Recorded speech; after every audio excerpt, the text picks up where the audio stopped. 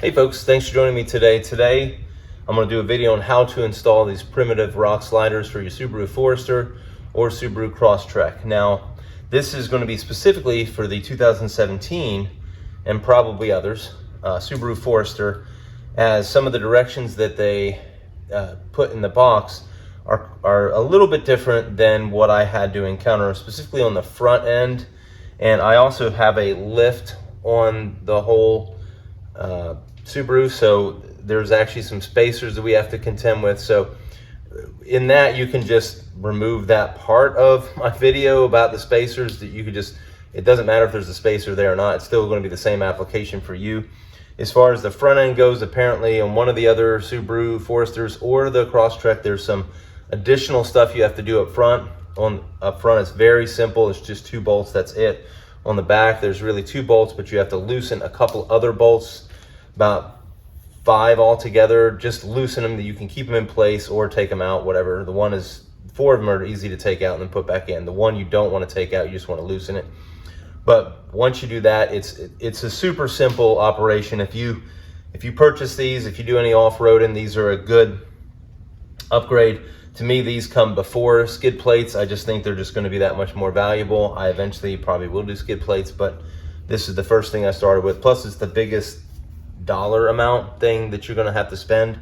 So I just kind of wanted to get that out of the way too. So anyways, hopefully you find this video useful, helpful, whatever. If so, hit the like button. I'd appreciate that. And I'll get started on this right now. Okay, as you can see, I have the Forester jacked up right there on the hitch, and then over here there's like a tow hook or transport hook that looks like it's pretty solid. And I would normally jack it up somewhere else, but I just wanted this whole area clean so we could install the rock sliders. So it looks like it's a relatively simple thing.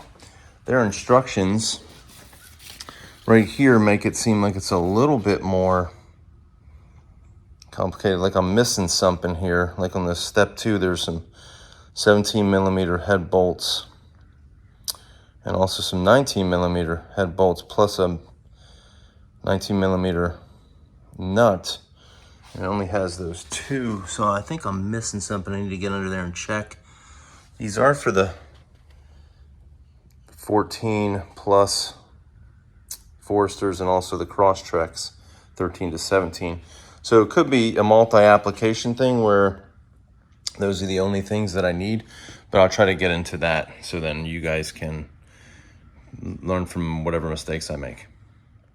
So I think before I start, I'm going to lay down some cardboard, so in case this thing clunks down, it'll clunk down on there and not scratch it up. Not that it's a big deal to scratch up a rock slider, because they are rock sliders, but I wouldn't necessarily want to make a mess of them during installation if I didn't have to, right? So, all right, here we go. All right, folks, we had some successes and failures. We got this one off. This one is coming off. However, to get this off, I did bust the only 19. I don't know if you can see it. See that crack right where my thumbnail is? Maybe you can, hold on. See that hairline crack? Yep, I busted that. That's what I get for using a 3/8 drive to try to bust a high torque bolt loose. And that is my only 19mm.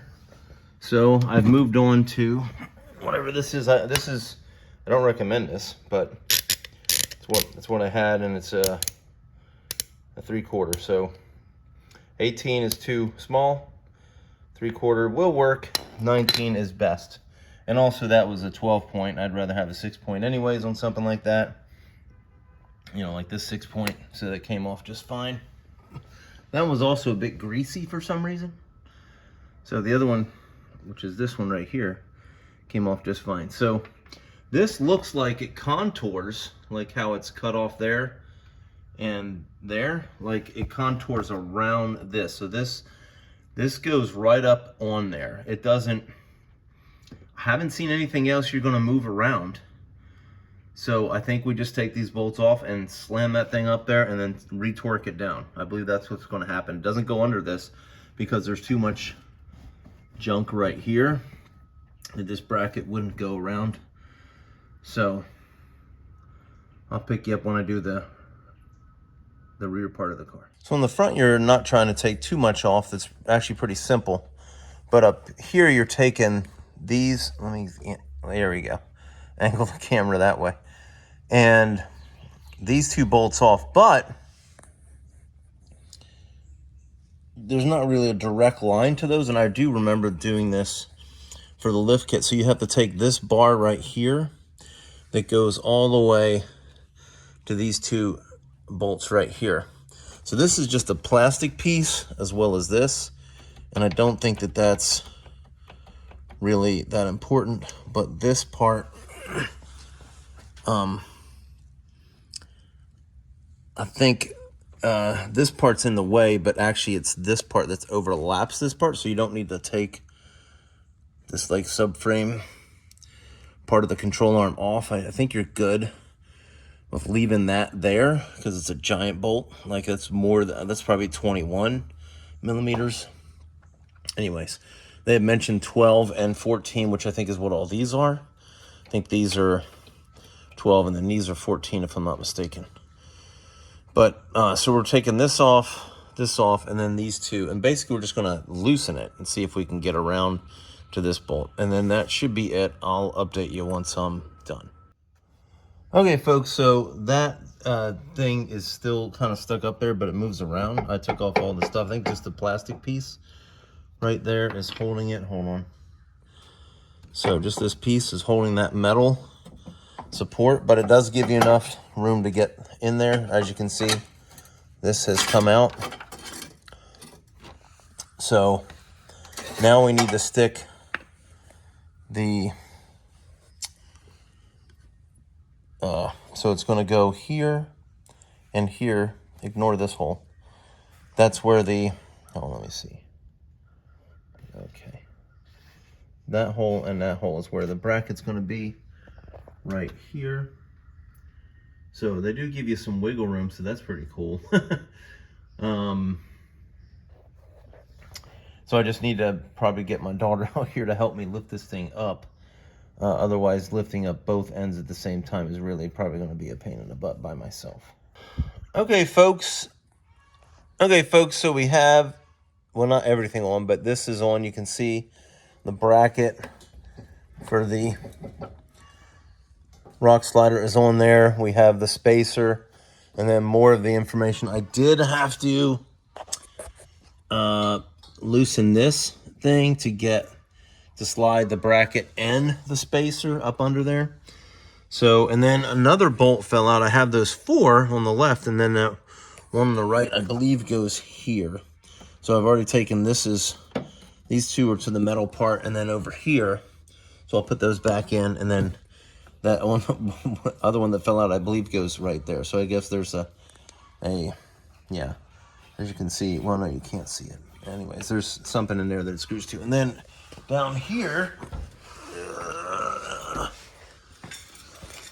we only have the one bolt in, not the other bolt. So we'll get that taken care of and tightened up.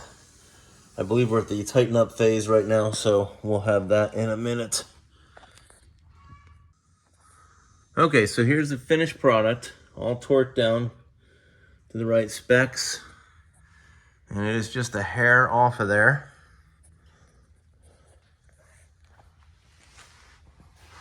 And then that's correct up there. All these bolts are back in there. The giant bolt right there is been retorqued as well. That just needed to be loosened. You don't need to take that out. And that's it. It was pretty simple. It is probably an inch or less away from the bottom, so that's good. And it is pretty far tucked under there. You don't really even see it, which I guess is fine as long as you don't hit something way out here. But I think you're more likely to hit something on the interior or under the thing, so I think that's probably a good spot for it. In comparison, this is the OEM one for Toyota and Lexus on the 4Runner. It sticks out a little bit more, and there's actually twin bars on it. But this is going to be more of a serious off-roader as well, as far as rock crawling or overlanding versus the Subaru. I mean, the Subaru is very capable as well, but it's just not going to do the same things that the 4Runner does. So I think that's important to point out. Okay, so this would be kind of a review recap. We're going to do the driver's side now because we did the passenger side. So just loosen these up, and we're going to go ahead and take them out. And then we'll move to the back, which we've already started, and I'll show you that. Okay, folks, so as you can see, I have everything disassembled here. I have the spacer right here. You can see the holes right there that it's supposed to go into. And I have this bolt, this giant bolt. And I believe that's a 22 millimeter. So all this is loose. And the cool part is, maybe it's because it's jacked up. That's why they tell you to jack it up, is that it unloads all that stuff. I was thinking about, I have enough ground clearance. I could probably do this without jacking it up. But maybe the loads on these things create them to be misaligned. I'm not sure. So anyways, this is going pretty quickly. I mean, it helps to know what you're doing the second time around. And so I'm gonna try to install it without somebody else helping. We'll see if that works. And if not, then I'll grab my daughter again. Okay, folks, so super easy to do actually by yourself without the spacer up there. What I did was just hook this side. Oh, I scratched that a little bit. Look at that. Oh, wow. You just hook this side up there. You hold it as you slide on down there, put a bolt in the front pretty securely, and then come back here. And then you can put this, well, if you don't have a lift, you don't have a spacer, but you put the spacer up there. And then the biggest thing is guiding all these bolts through. I only have one right now, as you can see, but just getting the alignment. If you can get the one alignment or bolt aligned, you're good. And basically the other one will, you just feel around for the first one, and then it'll be easier to feel around for the second one. But it was pretty much just as easy to do it one person than two people, as long as you hang it on the back first, secure the front, and then slide on to the back again to finish out the back. So we only have one bolt in the front, only one bolt in the back, but it's secure there. So we'll get everything in place and then tightened up, and then the job will be done. So last tip here, and this doesn't necessarily speak to this modification, but a lot of times when you have a lifted vehicle, you're going to need a little helper on the jack. So I have this 2x4 or 4x6 chunk of wood that I use just as an extra bump for my jack, just, for those.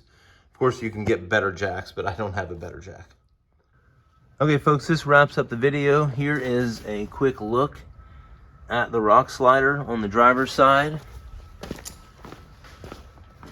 and also the passenger side. You can see it tucks under there pretty nicely. So if you don't get too crazy, I think this will protect you in almost, 95% of your scenarios. You're probably going to take a Subaru Forester on, or a Cross Trek.